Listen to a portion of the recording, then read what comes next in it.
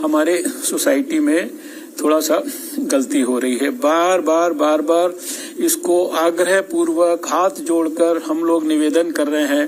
प्रधानमंत्री जी अपने हर वक्तव्य में, हर राष्ट्र के नाम संदेश में इसकी बात करते हैं।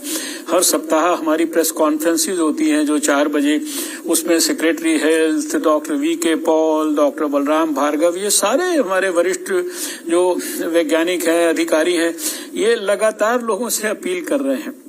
तो मेरा आज के इस अवसर पर आपके माध्यम से, आपके चैनल के माध्यम से देशवासियों से ये कहना है कि कृपया देखिए, इसको लाइटली मत लीजिए। सफलता की एक स्टेज तक हम पहुंचे हैं। थोड़ा सा आप सब लोग और कोऑपरेट करेंगे तो निश्चित रूप से ये दौर भी निकल जाएगा।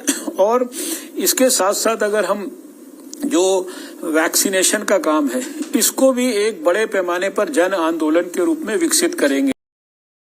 देश के नागरिकों को और सरकारों को सबको ये समझना चाहिए कि अब जब 1 साल में हम कोविड के खिलाफ जंग लड़ने के सारे तरीके सीख चुके हैं और विषम से विषम परिस्थितियों से भी बाहर निकलकर हम एक प्रकार से सफलता की चरम सीमा की तरफ बढ़ रहे थे, ऐसी स्टेज पर अब कोविड एप्रोप्रिएट बिहेवियर के अंदर हमारी तरफ से किसी भी किस्म की लापरवाही जो है वो किस प्रकार से केसेस को दोबारा से बढ़ने की ओर ला सकती है, ये हमको नजर आ रहा है। मैं इसको इस तरह से कहूंगा कि शायद कोविड तो अब समाप्त होना चाहता है, कोविड तो जाना चाहता है, लेकिन हम लोग को शायद कोविड से ज्यादा प्रेम हो गया, इसलिए हम लोग कोविड को जाने नहीं देना चाहते।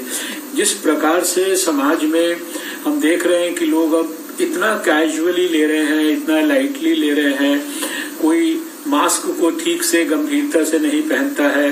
जो बेसिक 4-5 बातें बताई गई हैं जो बिल्कुल आसान है, मास्क को ठीक ढंग से पहनना, साबुन से हाथ धोते रहना, 2 गज की दूरी बनाकर रखना और अपने जो इन्फेक्टेड हाथ है उनको बार बार नाक मुंह पर नहीं लेके जाना, यही तो बातें हैं जो बार बार कही गई हैं। अब अगर इन बातों को भी अगर फॉलो करने में हम किसी प्रकार से जो है कैजुअल ढंग से काम कर रहे हैं तो ये निश्चित रूप से हम सबके लिए चिंता का विषय है। मैं पूरे जिम्मेदारी के साथ कहना चाहता हूँ, पहली बात तो ये कि 1.25 साल में जितनी ईमानदारी, जितनी निष्पक्षता, जितनी प्रामाणिकता से हमने सारे देश के स्टेट गवर्नमेंट्स के साथ मिलकर कोविड के खिलाफ आंदोलन को आगे बढ़ाया है, जितने बड़े पैमाने पर उनकी सहायता की है, चाहे वो फाइनेंशियल सपोर्ट हो, चाहे वो N95 मास्क हो, PPE किट्स हो, चाहे वो दवाइयां हो, चाहे वो वेंटिलेटर्स हो, चाहे वो ऑक्सीजन के लिए ऑक्सीजन कॉन्सेंट्रेटर्स और सारे, अब तो हमने इतनी जगह पे इतना कुछ स्ट्रेंथन कर दिया ऑक्सीजन के जनरेशन के लिए, परमानेंट सारे देश भर में प्लांट्स और ज्यादा लगा दिए। और इसके अलावा अब आज वैक्सीन, किसी प्रकार का भेदभाव का तो कोई मतलब ही नहीं है। और मैं चुनौतीपूर्ण तरीके से कहना चाहता हूं कि देश में कोई एक भी स्टेट ये नहीं कह सकती कि आज भी उसके पास किसी वैक्सीन की कमी है।